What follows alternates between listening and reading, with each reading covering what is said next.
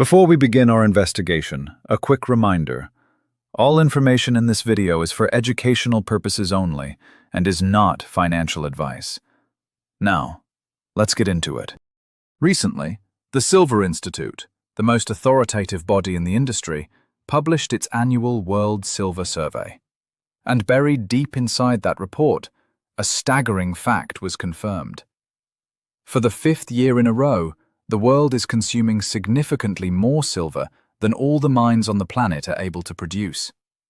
This gap between demand and supply, what economists call a structural deficit, is not shrinking. It's growing. It would seem that news of such a colossal and ongoing deficit should have sent the price of this metal to the moon. Any first-year economics student will tell you that if demand exceeds supply, the price goes up. But what actually happened? The price of silver on the day of the report's release barely moved. If you're like me and you follow the markets, you've probably been wrestling with the same question that keeps me up at night. A simple yet profound question that seems to defy all the laws of economics. If everything we hear about silver, the record industrial demand and the real physical deficit, is being confirmed by the official data, why isn't the price of silver at $100 or $200? This paradox, this gaping chasm between physical reality and what the charts are showing us, compelled me to start my own deep dive investigation. I decided to step back from the daily news noise and try to understand what unseen forces are holding this giant coiled spring down. In studying the history of financial crises, I've found that they almost always follow the same four-stage blueprint, especially when it comes to a collapse of confidence in paper assets. My investigation began by searching for the root cause of this paradox, and the very first piece of evidence I uncovered turned out to be the most important. It's the key to the entire suppression blueprint. It turns out we have to stop thinking of silver as a single market. In reality, there are two entirely different silver markets that operate under different laws, even though they share the same name. The first market is what I call the world of physical reality. This is the tangible world.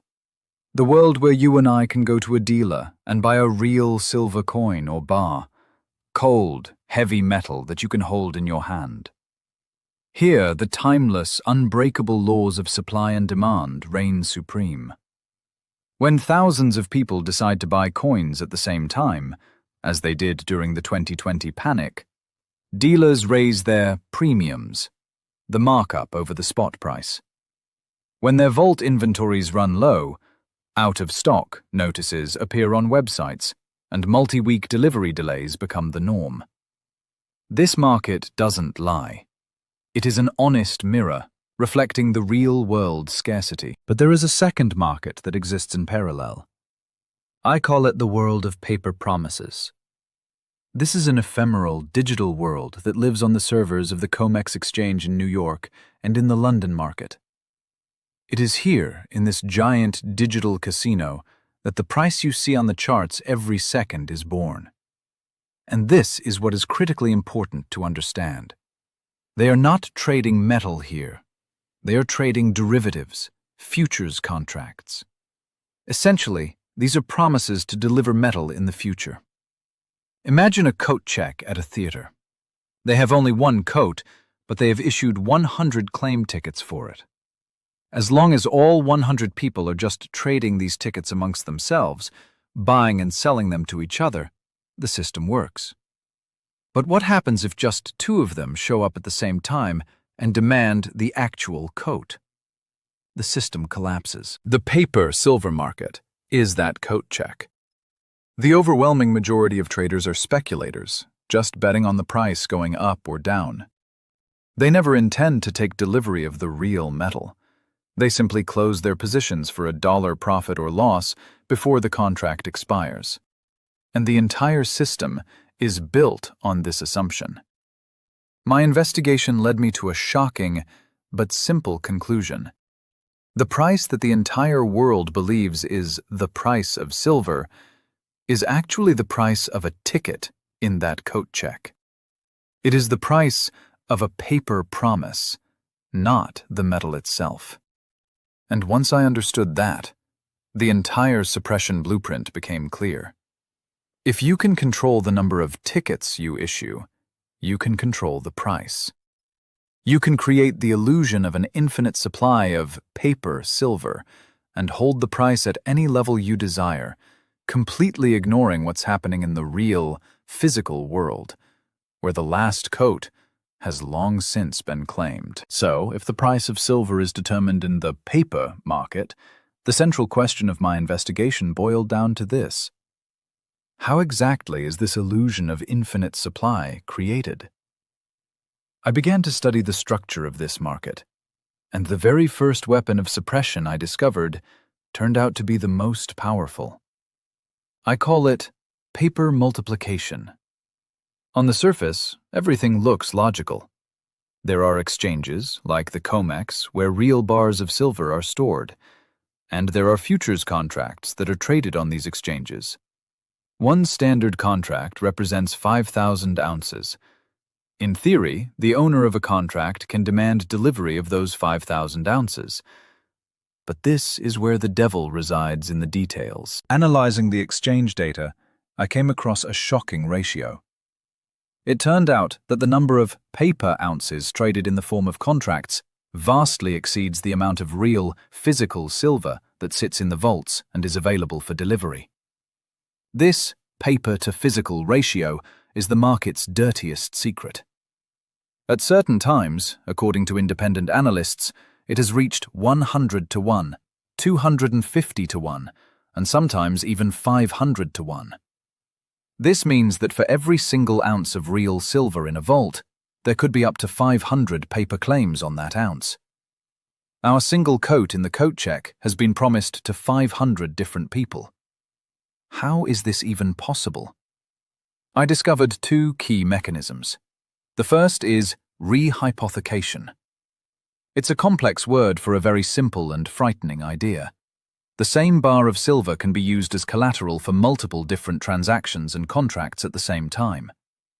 Banks lend out the rights to the same metal to each other, creating an endless chain of digital clones. The second mechanism, and one more familiar to the average investor, is the world of ETFs and unallocated storage. Millions of people think they are buying silver when they put money into popular ETFs like the SLV. They see the ticker, they see the price, they click buy. They believe that somewhere in a vault in London there is now a bar of silver that they own. But when I dug into the SLV's prospectus, the official legal document that almost no one reads, I discovered the harsh reality. A retail investor who owns shares of SLV has no right to demand delivery of physical silver. Ever. The only thing they can do is sell their shares on the stock exchange for the current market price in cash. Furthermore, the document outlines numerous risks. For example, the risk that the custodian bank may fail to meet its obligations, or that in a force majeure event in the London market, the trust might face an inability to acquire or deliver the metal. In essence, the prospectus is honestly warning you. You own a security, not the metal. In a true crisis, when everyone wants the real asset, you will only receive its paper equivalent in the form of depreciating dollars. You don't own the coat. You own the ticket. Even worse is the situation with unallocated accounts at banks. When you buy unallocated silver, you are not buying a specific bar. You become an unsecured creditor to the bank. You are simply giving the bank money, and it makes a ledger entry that it owes you a certain number of ounces. Your metal is commingled with the metal of thousands of other clients, and, most importantly, it is used by the bank for its own operations, for lending, for backing futures contracts. If the bank goes bankrupt, you will find yourself at the back of a long line of creditors and will likely never see your silver or your money again. This is precisely how paper multiplication is created. Through a complex web of futures, ETFs, and unallocated accounts, an illusion is crafted that silver is abundant, that it is available, that it is easy to buy and sell. This illusion allows any investment demand to be absorbed without ever reaching the real, physical market, where supply is constrained by the laws of physics. This is the primary weapon of suppression. Uncovering the mechanism of paper multiplication was only half of my investigation. It explained how an artificial supply is created, but the question remained, how exactly is this supply used to actively control the price? Studying the daily market activity, I discovered two more key weapons in the arsenal of the Suppression Blueprint. The second weapon is what traders call thin market attacks, or tamping. As I began to analyze minute-by-minute trading charts going back years, I noticed a strange and repeating pattern that is widely discussed in trading circles.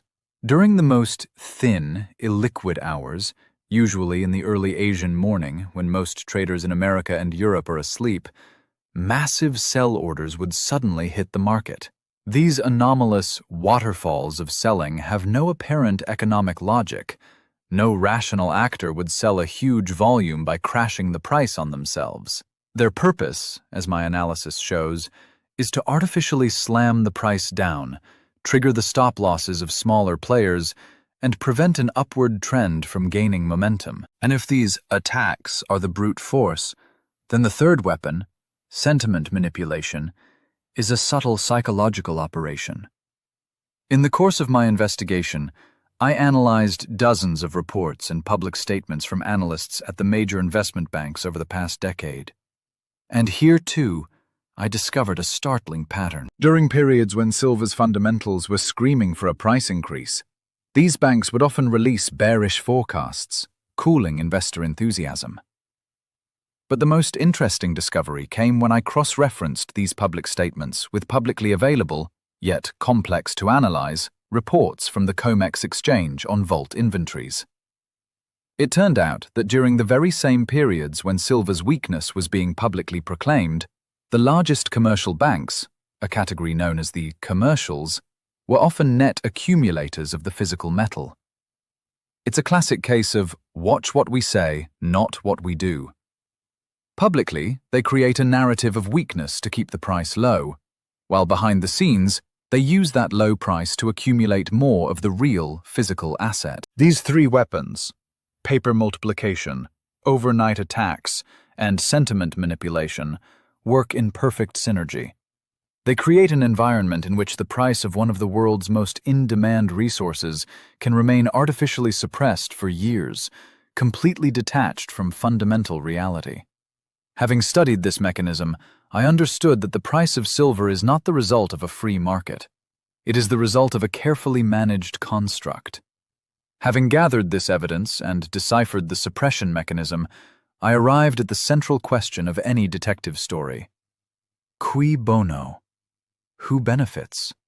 Who stands to gain from maintaining this complex, costly, and essentially fraudulent system that artificially depresses the price of one of the world's most critical resources? My analysis led me to conclude that there is an entire ecosystem of interests, operating on three distinct levels. The first level of suspects, and the most obvious, is the major commercial banks that dominate the COMEX exchange. For them, the paper silver market is an incredibly profitable business. They make enormous amounts of money on fees from the endless churn of futures contracts. They profit from trading the volatility, using their vast resources to create price swings they can capitalize on. But most importantly, many of these banks have historically held gigantic short positions in silver. What does that mean? They are betting that the price will not rise. An explosive, uncontrolled spike in the price of silver, similar to what happened with nickel in 2022, would lead to their immediate bankruptcy. Therefore, for them, suppressing the price is not just a profit-making strategy, it's a matter of survival. The second level of interest lies with the major industrial consumers. I'm talking about the tech giants that produce our smartphones and laptops, the medical device manufacturers who utilize silver's unique antimicrobial properties, and of course, the booming green energy industry, which consumes hundreds of millions of ounces for solar panel production. For them, silver is not an investment. It's a critical raw material. Every dollar the price of an ounce rises translates into millions of dollars in added costs, eroding their profit margins. They have a vested interest in keeping the price of their key input as low as possible for as long as possible. And they are the largest clients of the very same banks that dominate the market. But the deepest and most profound motive, as my analysis shows, lies at the third and final level, the governmental level. To understand this motive, you have to stop thinking of gold and silver as mere commodities. Remember their historical role. For millennia, they were money. And even today, deep in the collective consciousness, they remain the ultimate measure of value and the primary competitor to paper, unbacked fiat currencies. Think of the price of gold and silver not as a chart, but as a thermometer for the health of the dollar-based financial system. When the price of metals rises, it signals to the world that the dollar is losing its purchasing power, that inflation is running out of control. It is a vote of no confidence in the entire system. If you can artificially suppress the mercury in that thermometer, you can create the illusion that the economy is fine, that inflation is under control, and that the dollar is strong. This is not a new idea. In the 1960s, the London Gold Pool existed, in which Western central banks collectively sold gold to keep the price pinned at $35 an ounce to maintain confidence in the dollar.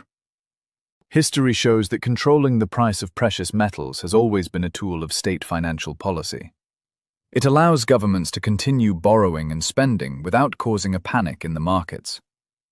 The suppression of the silver price is not just a side effect of banking activity. It is, perhaps unofficially, a critical part of maintaining the status quo of the entire global, debt-based financial system.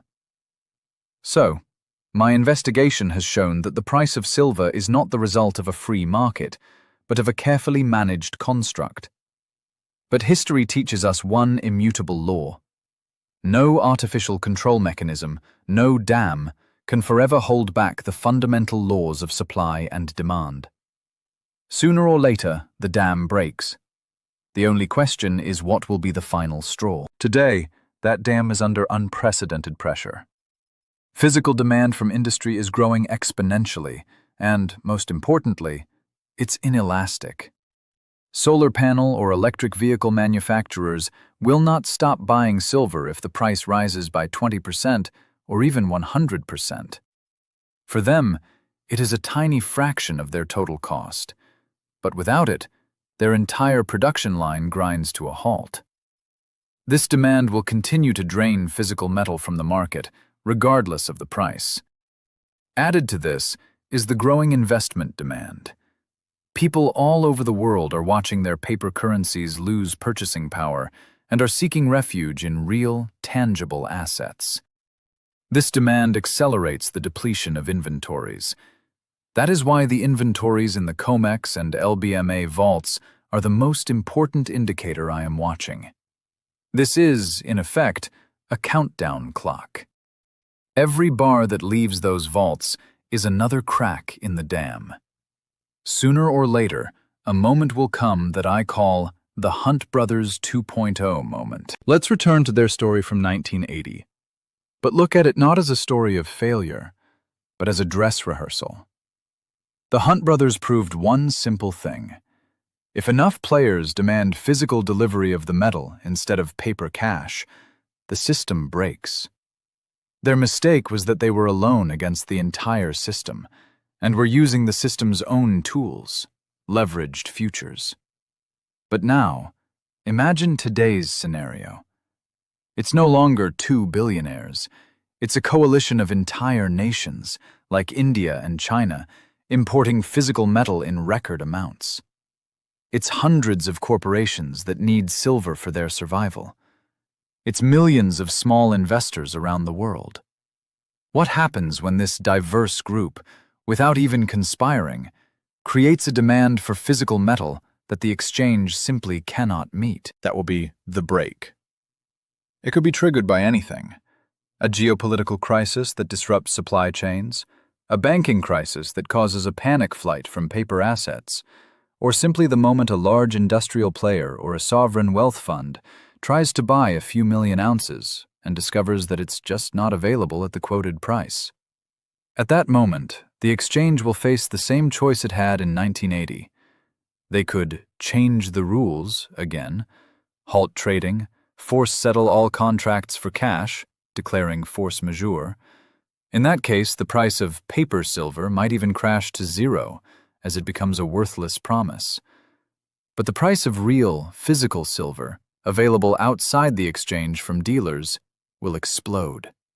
Premiums could hit 100%, 200%, or more. The price will be determined not on a computer screen, but in a direct negotiation between a desperate buyer and the few willing sellers. Alternatively, they could lose control. And then we would see what happened to nickel in 2022. A short squeeze of biblical proportions, where the price goes parabolic in a matter of hours, bankrupting everyone who was betting on it to fall. In either scenario, the result is the same. The suppression blueprint breaks, and the spring that has been coiled for decades will finally uncoil. So, my investigation has led me to a clear and, in my view, undeniable conclusion. The price of silver we see today does not reflect its true value. It is the result of a complex mechanism, the suppression blueprint, which for decades has created an illusion of abundance where there is, in fact, a growing scarcity. But understanding this is not a cause for fear. On the contrary, it is a source of clarity. This blueprint explains the paradox we started with: why an asset with the world's best fundamentals is still so cheap. It shows that the low price is not a sign of silver's weakness, but a sign of the strength of the mechanism that controls it. And most importantly, this knowledge changes the primary question. The question is not, when will silver hit $100? That is the mindset of a speculator placing a bet in a casino. This investigation teaches us to ask a different, much more profound question. Do I understand the difference between owning a real, tangible asset and owning a digital promise for that asset? History teaches the same lesson over and over, from the fall of Rome to the present day. In eras of great financial upheaval, wealth does not disappear. It simply transfers. It moves from those who trusted the promises to those who held the reality. The suppression blueprint is doomed because it defies the laws of physics. You cannot indefinitely satisfy a growing real-world demand by printing paper contracts. The spring that has been coiled for decades will inevitably uncoil. We do not know the exact day or hour, but we can see more and more cracks forming in the dam. Understanding this mechanism is your greatest asset. It gives you a map at a time when most are wandering in a fog, trusting the numbers on a screen. It gives you the opportunity to act deliberately while the spring is still coiled. If this investigation has opened your eyes to the unseen mechanics of the market and helped you see the bigger picture, subscribe. In the next video, we will break down the specific events in the coming months that could become the very spark that finally breaks this mechanism and triggers the break.